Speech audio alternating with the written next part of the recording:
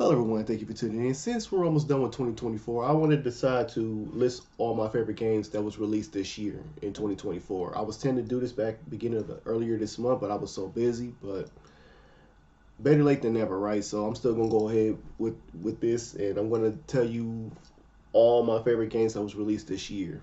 I'm gonna start from number eight to number one. Number eight, what I meant by number eight is eight least was least my favorite, but it was okay. It's passable. To number one was the best. So starting off with number eight here, I'm going to say Sparkling Zero. Now, just hear me out. Now, the reason why I listened to number eight because I'm not going to lie, this game it was when I first played it. I'm not going to lie, I almost could have quit it because beating Vegeta in its eighth form was really difficult, man. I ain't gonna lie. It took me a lot of attempts to beat that level, and I had to look on a walkthrough on YouTube to figure out how to beat that guy. And it was to the point it was so frustrating. Like I'm not, I'm done with this game. I can't deal with it. I wanted the controls like like Kakarot and Xenoverse, but I figured it wasn't going to be like that. Cause I think they said this is based on the Tenkaichi series. Now, me, I ain't never played the Tenkaichi series. The only thing I played on that time on the PS2 was Budokai 1 to 3. And then after that, I played some other few Dragon Ball games that was released on the PS2. But then after that, I went straight to the PS3. PS3 game Dragon Ball games, in which I think that's from Burst Limit from that point on. So I didn't really play the Tenkaichi series like that. So I'm not familiar with the controls on there if that's based on this game from what I understand. But other than that, I still managed to beat the game, but I'm never gonna. But then in Dragon Ball again, I would want to revisit again. I'm not gonna lie. I still I beat it, the Goku saga, and that was it to tell you the truth. But other than that, this game was okay. I say it's passable. It's still one of my favorite games that was released this year. Plus, it's Dragon Ball, so of course anything with Dragon Ball with me is going to get a pass because I love Dragon Ball.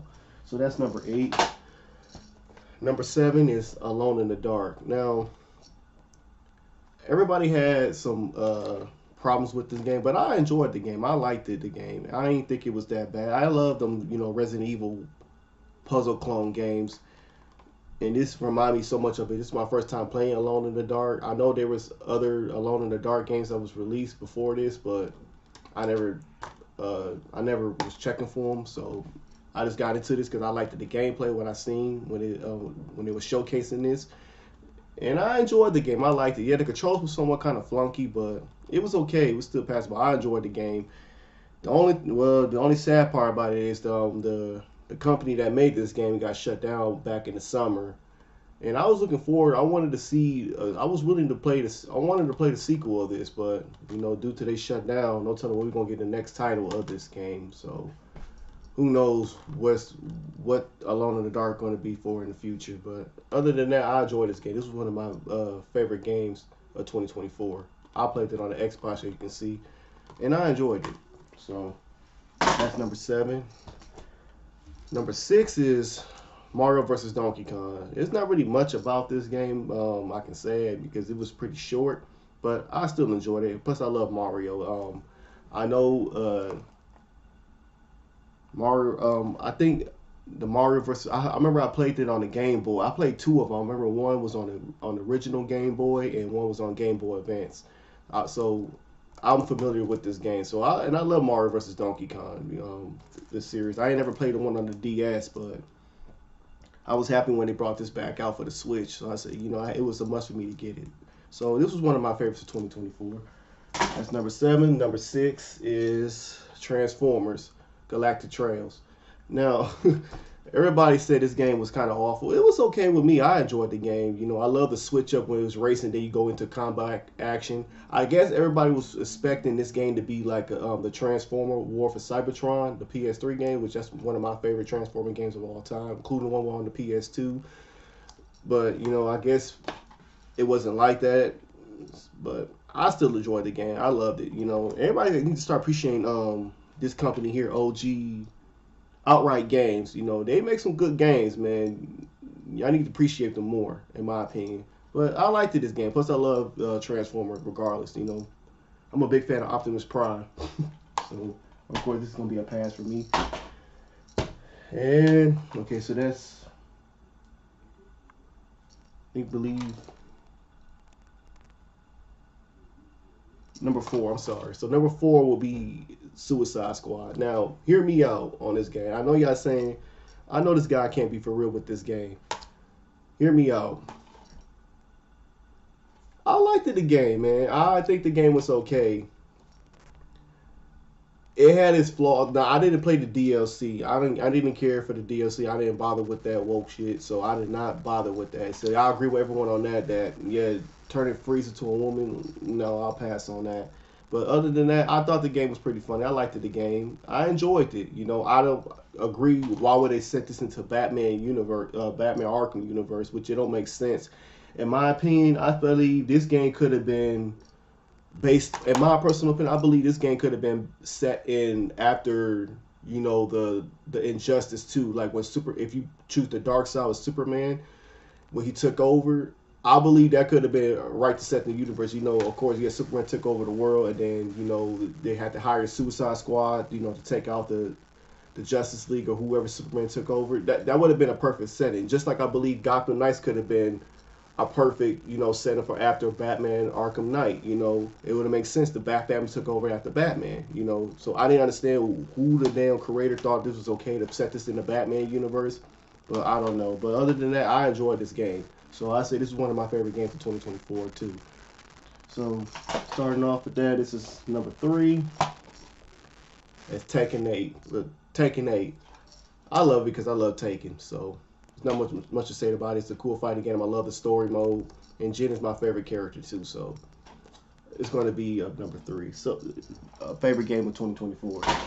Number 2 is Stellar Blade. I did an unboxing for this back in April, so you can check that out on my channel.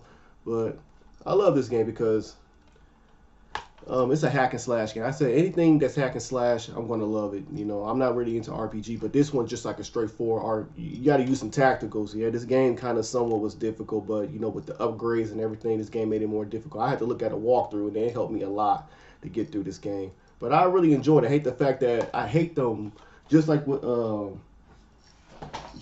Sparkling Zero, you got to. I hate when you got to do a certain thing in order to get to a certain ending, which that pissed me off. I got the bad ending. I was trying to get the good ending for this, but I ended up getting the bad ending. But I can't. From what they said at the end, that it was going to get a sequel. So I'm looking forward to playing the sequel. You know, if they are going to come back. I like this game, so this was okay. And last but not least, number 1, Call of Duty Black Ops 6. Of course, everybody going to say, you know, they didn't like the game. Everybody always say that. Every time when a game come out, they always say, "Oh, this looks shitty looking at." I'm like, why don't you guys give the game a chance before judging it?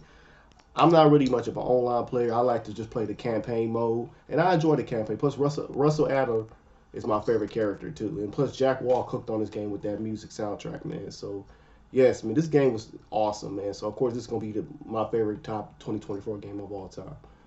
So, the 8 I showed you are my favorite games of the year that was released in 2024. Now, there was a lot of games that came out this year in 2024 that I wanted to play, but I decided to pass them on because, you know, some I didn't have time for, and some I didn't have, you know, financial wise.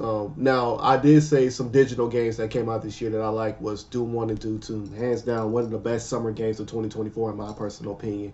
I love Legacy of Rust, man. I beat that probably in 1 or 2 days. I beat it so fast, man. Anything with Doom, I'm gonna take my time on that game because everybody know me. I love Doom, and I love the soundtrack on there. I download all the soundtrack from Legacy of Rust, man. So Legacy of Rust and Doom 1 and Doom 2,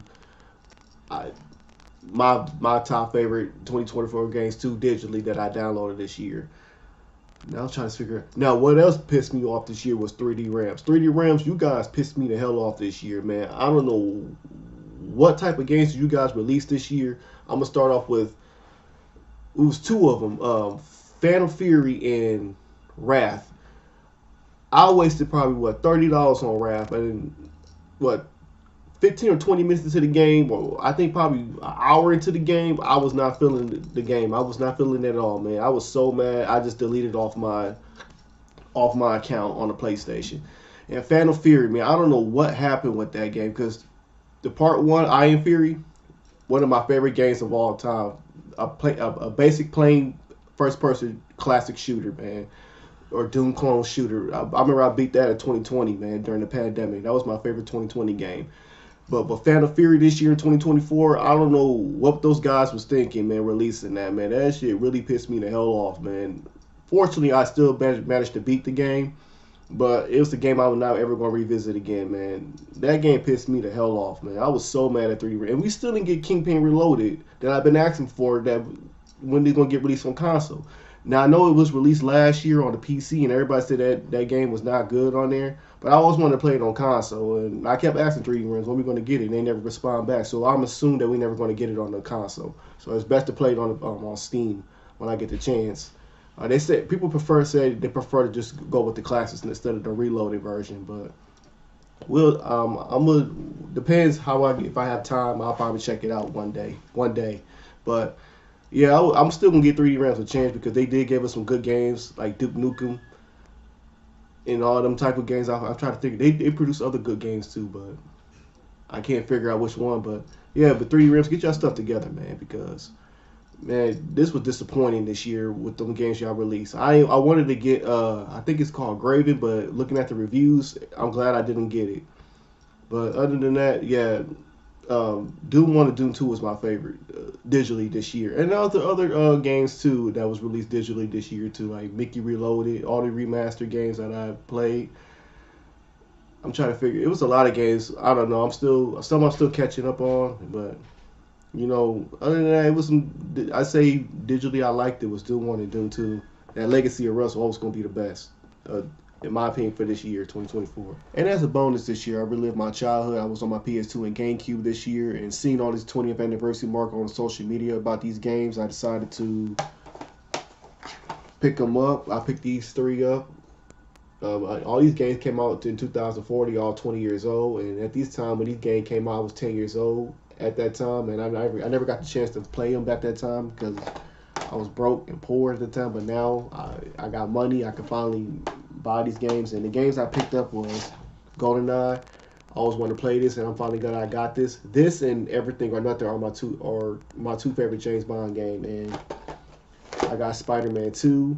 I always wanted to play this baby, and what I love about this more is, listen, I love the Tobey Maguire. Okay, I know y'all probably saying it. I know y'all probably saying you only saying that because of nostalgia. Well, true. I mean, it's true, yeah. But listen, I love the Andrew Garfield and Tom Holland as Spider-Man, Peter Parker. They did a good job. But me, in my personal opinion, Tobey Maguire is forever Spider-Man. It's just what it is, man. He just did a good job on it. That's just what I grew up on loving, man. I can't help that, I'm just always gonna see him as Peter Parker and Spider-Man, and also Drake Bell too, because I liked him on Ultimate Spider-Man as Peter Parker when he voiced Peter Parker in Spider-Man. And I can say what I want to say about that show. I love Ultimate Spider-Man. That was my favorite cartoon Spider-Man of all time. And plus, I'm a Drake Bell fan too, so of course I'm gonna see him as this. Just what it is, man. I say Tobey Maguire and Drake Bell's Peter Parker and Spider-Man. They just did it best, in my opinion. And last but not least, I picked up Call of Duty Finest Hour. And let me tell you, this game here almost could have broke my PS2, man. Because this game, I remember, and it's ironic that it's a Blockbuster sticker on here, because I remember rented this as a kid back then, and I see why and I never got the chance to finish it at that time, and I can see why 20 years later, why I never got the chance to finish this game, and I see 20 years later it's still equivalent why I didn't why I never got the chance to beat this game. I mean, I did beat it this year, but this game was a headache, man. I'm currently playing all the classic Call of Duties on the consoles, and I had to start on with this one first, and I'm glad I conquered it. But I'm saying now, I'm glad I'm never going to play this game again. But other than that, it's okay game, but it's something I won't revisit again. And also I got a Game Boy Advance, and I also picked up Crash.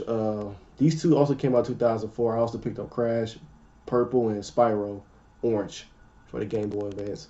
And also, I was on my PS3. I picked up. I also downloaded Enemy Front. I always wanted to play that back. That came out in 2014. I always wanted to play that game at that time, but at that time I couldn't. I don't know. I think I could afford the game at that time. It was expensive, and so throughout the years, I forgot about the game. And I don't know until I seen this 10th anniversary mark for this year. I just said, "Damn, it wrong to me. Like I forgot about that game." And so I just said, "Let me go ahead and let me go ahead and give that a shot." You know, 'cause I always wanted to play that 10 years ago when it was released back in 2014. And I played it, and I just beat it recently. What 2 or 3 days ago on Christmas Eve or Christmas Day, one of the two. And I liked it. The game. The game was okay. It was very clunky on the PS3. It definitely. Well, I see what everybody was talking about back in 2014 when it was released at that time that the game had a lot of problems, and but I enjoyed it. It was okay. I wanted to play the sequel if it did brought the sequel out, but remind that came out a decade ago, 10 years ago, and we never heard from it since. So I wouldn't put too much hope if we're going to see us. I wouldn't mind playing it if they did bring it back out, but you never know. Who knows what enemy front gonna hold for the future? But I wouldn't put too much thought on it. But other than that, it's a 2014 gem. I liked it. It's okay. I can't believe I had to wait 10 years later to play it, but I finally beat it. I finally beat it this year on its 10th anniversary mark. So happy 10 to that 2014 gem. But that's all for this video. Thank you for tuning in. If you guys got your favorite 2024 games that came out this year, comment below and tell me what they are. But other than that, thank you for tuning in and peace.